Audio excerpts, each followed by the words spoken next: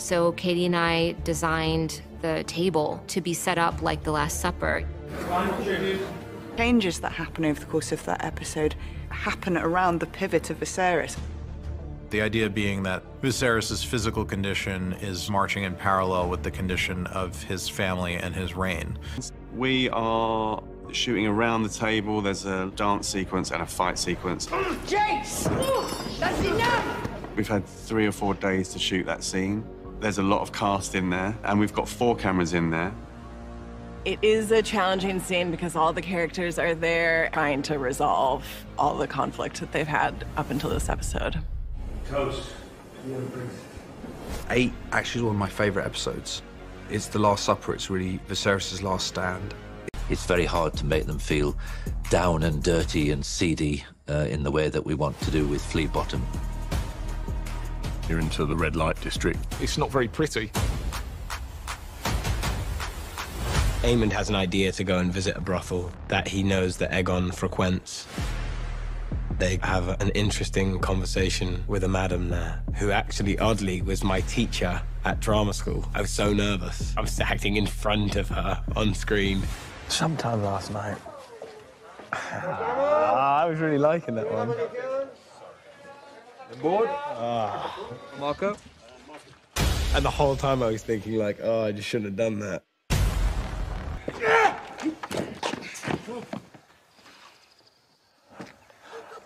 I do regret this, friend. This is a new Grand Sept. This is not the one that we see get blown up in season 6 of Game of Thrones. But we're replacing so much stuff, we ended up building quite an extensive green wall there. When we arrived in Spain and I saw those steps and that plaza, I don't know, it made me think of Romeo and Juliet. I just got obsessed with those steps and how could we choreograph something on them. So we plan on a sword fight. I enjoyed doing that side of things anyway. All the physical stuff like that, I think, is all good.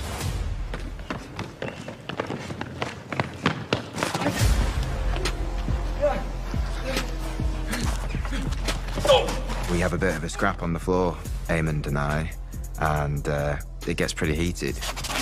Let go of me! We really wanted to make it into like a sibling hatred, and we thought, what if Aegon spits in Aemond's face?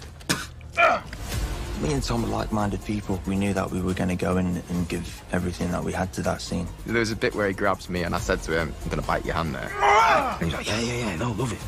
We'll have more of that, yeah. Oh, I was on board, yeah.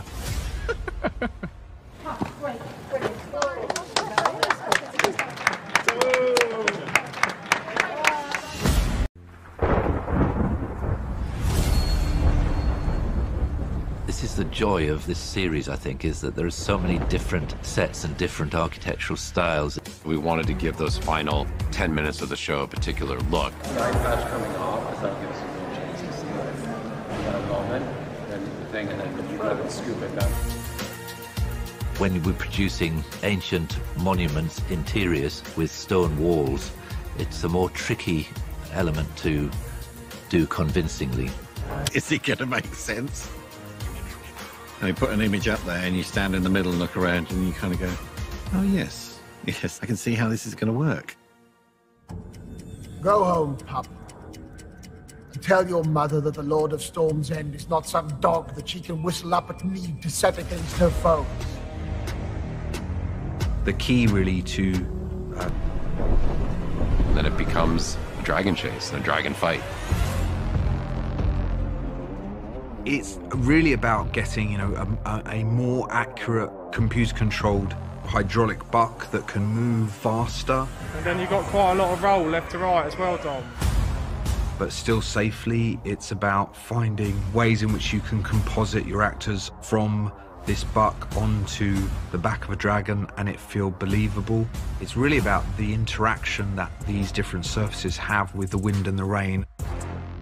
We spent days shooting the actors for the final battle in the volume on the motion base, and what made it really interesting is we shot it in wind and rain and smoke.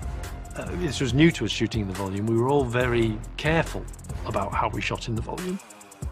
It's a very expensive space, and so you don't really want to keep covering it in smoke. You don't want to be getting them wet too much either. So that we talked a lot about, you know, how we could do all the physical things that our series demands. We have lots of atmospheric texture. We talked a lot about how to do that in the volume, and I think we overcame a lot of things. It's so immersive being in the volume, and even with the bookwork, to have the rain machine and the wind machine within it, it really does encourage you to just lose yourself in the moment and in the character. It was really cool going onto it, being lifted up, because you actually get lifted up and you feel like you're, you know, flying in the sky. It was really great fun.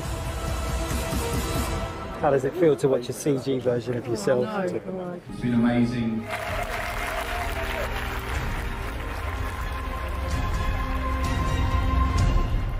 If the usurping of the throne and them crowning Aegon in the Dragon Pit wasn't the start of the war, certainly killing one of the Queen's sons is.